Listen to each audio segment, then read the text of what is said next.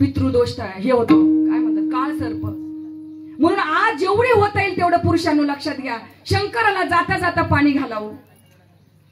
का पाणी घालायचं सांगा बरं. आणि आज किती का उशीर जायला घरापर्यंत. आज काय व्हायचं हो शंकराला.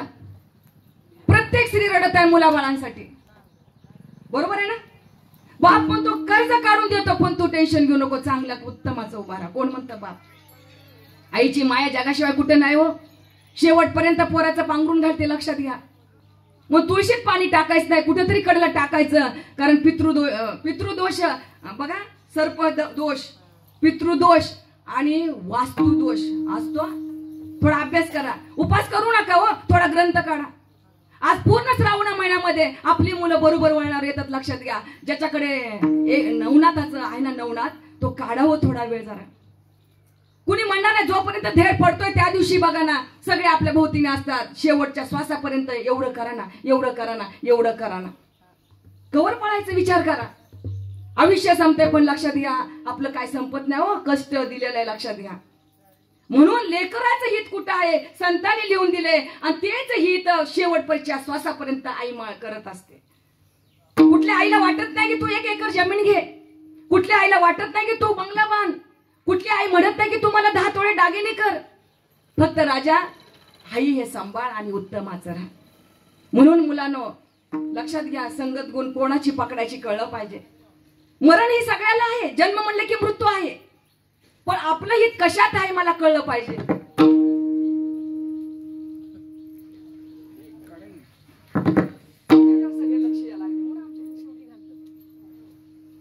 हित कशात आहे बघायचंय आपल्याला.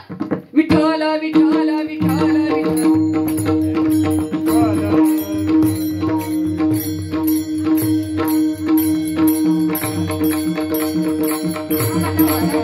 काय करायचं.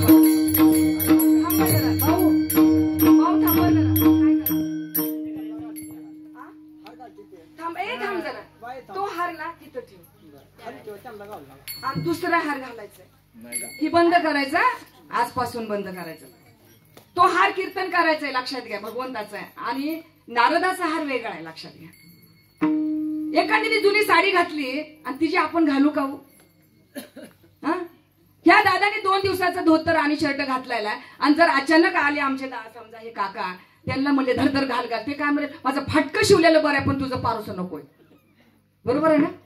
तुळशीतलं पाणी कुठं घालायचं, तुळशीत पाणी टाकायचं नाहीये. रोज आपल्या आई बापासाठी पुरुषाने तुळशीला सूर्यनारायणाला अर्पण करायचं, लक्षात घ्या.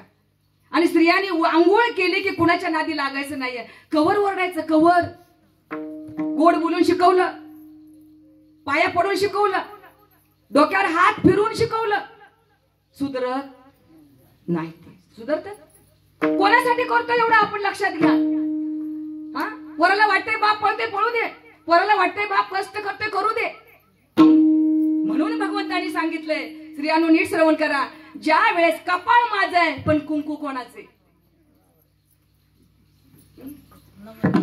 नवरदेवाचं ना, त्यांच्या नावाचं. नाकातली नथ सामर्थ्याचे, नाक माझं आहे पण नथ, पायातली जोडवी पाय माझे आहेत पण जोडवी कुणाच्या नावाचे, पतीच्या ना. बोलायचं, बोल करायचं. हात माझा आहे पण भरलेला हात बांगड्या माझ्या पतीच्या आहेत ना. गळ्यात मंगळसूत्र आहे, गळा माझा आहे पण मंगळसूत्र कोणाचं आहे. बरोबर आहे ना. का पुरुषांना काय आहे का, कोण म्हणतं का हो दादा तुमचं लग्न झालंय का. त्यांना जर म्हटलं ना तुम्हाला एखादी पोरगी बघू का, ते म्हणतात अरे 2 पोर आहेत मला, 2. बरोबर आहे ना. म्हणजे बघा ना, सांगायचं काय, शेंदूर आज एवढूसा शेंदूर का हो सहज सीतामाईने लावला तर का हो प्रभू कोणी पाहिलं हो, हनुमंतरायाने पाहिल्यानंतर अख्ख्या अंगाला फासला ना. प्रभू रामचंद्राने विचारलं की हनुमंतराय काय केलंय. अहो सीतामाई एवढंसं कुंकू भांगामध्ये लावता, तर मी अंगाला फासल्यानंतर माझ्या भगवंताला काय आयुष्य मिळेल. आहे स्त्रीला माया आहे तोपर्यंत बघा, लक्षात घ्या, सजायचं आहे. कोणी काय का म्हणा, आपण आपलं सामर्थ्याने उभं राहायचं नाहीये. लग्न झाल्यावर कळलंय की येडी माणसं भेटली है ना. आपण म्हणतो ना येड. संसार असाच आहे, फाटका आहे, नेटका करण्यासाठी भगवंत आलेले.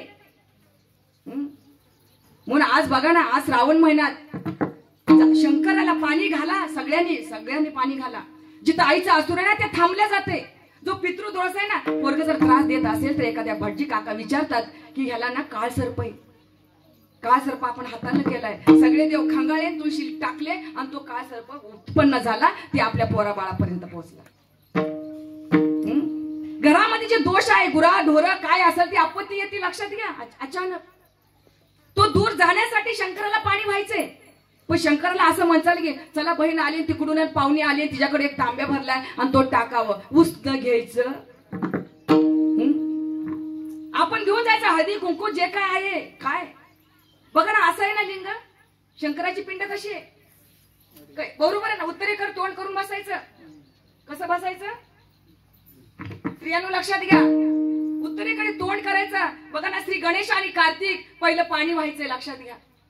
नंतर पार्वती वातेला व्हायचंय आणि एकसारखी धार पुन्हा शंकरावर सोडायची, लक्षात घ्या. बरोबर आहे ना. येणारं संकट प्रत्येकाला, कुठे कुणाला हात दाखवायची गरज नाही माऊली, कुणालाच हात दाखवायची गरज नाहीये.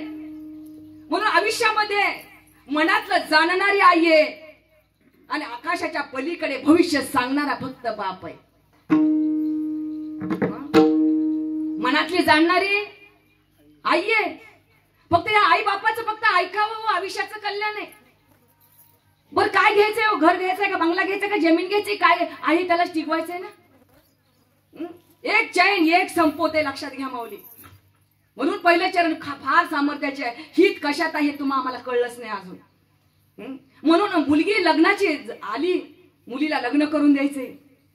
त्यावेळेस मुलीला संसार नाही द्यायचा, संस्कार द्यायचे. पटते ना माऊली. संसार नाही द्यायचा, संस्कार द्यायचा. संस्कार. आपण हिनं काय दिलं त्याची इरस, तिनं काय दिलं त्याची इरस. आपला पती काय कमवते बघायचंय.